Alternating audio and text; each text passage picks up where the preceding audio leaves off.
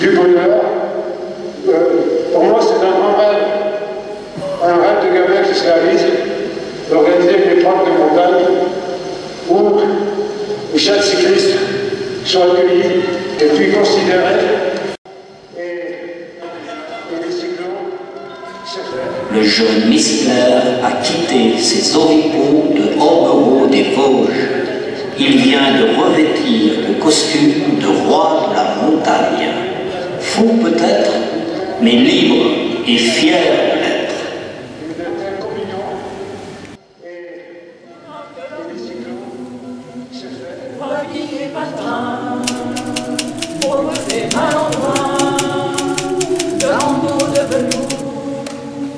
Quand on n'a que l'amour à offrir en prière, tous les mots de la terre en simple troubadour.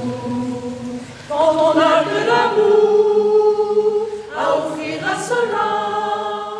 Qu'est-ce qu'il a laissé comme héritage, Gérard? L'héritage de Gérard, je crois que c'est le bonheur des bénévoles, c'est le bonheur des cyclos, c'est honorer le pays qui lui était si cher. Voilà. Quand on parle de l'Ardéchoise, on pense Gérard Missler et on pense bénévole. C'est-à-dire que il a laissé bien sa passion, en fait, il nous l'a transmise. On ne peut pas penser l'Ardéchoise sans Gérard Missler. Il lègue un message de tolérance et d'amour entre les êtres. Il lègue un message, disons, de liberté. Lui qui aurait toujours aimé faire ce qu'il voulait. Il voulait rendre les gens heureux, et en rendant les gens heureux, il voulait se rendre heureux lui-même. Voilà, donc ce qu'il a laissé, c'est un message de bonheur, et puis c'est tout. Et de se dire qu'il faut prendre la vie du bon côté, et puis que le bonheur, il dépend de nous, et il dépend de notre état d'esprit, qu'il faut être optimiste. Il me reprochait toujours, chaque fois que j'employais une négation, il me disait, il ne faut pas être négatif, il faut être optimiste.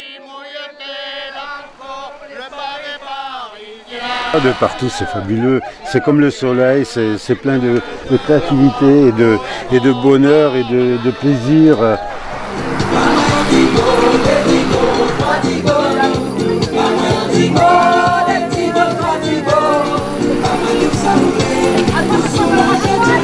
Ah, vous êtes adorable.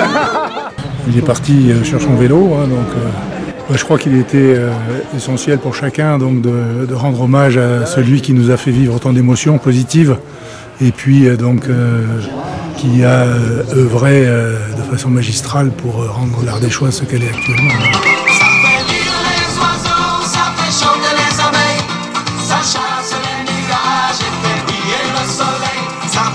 C'est fantastique, alors vraiment c'est du bonheur, c'est génial. Et surtout, l'histoire de toi,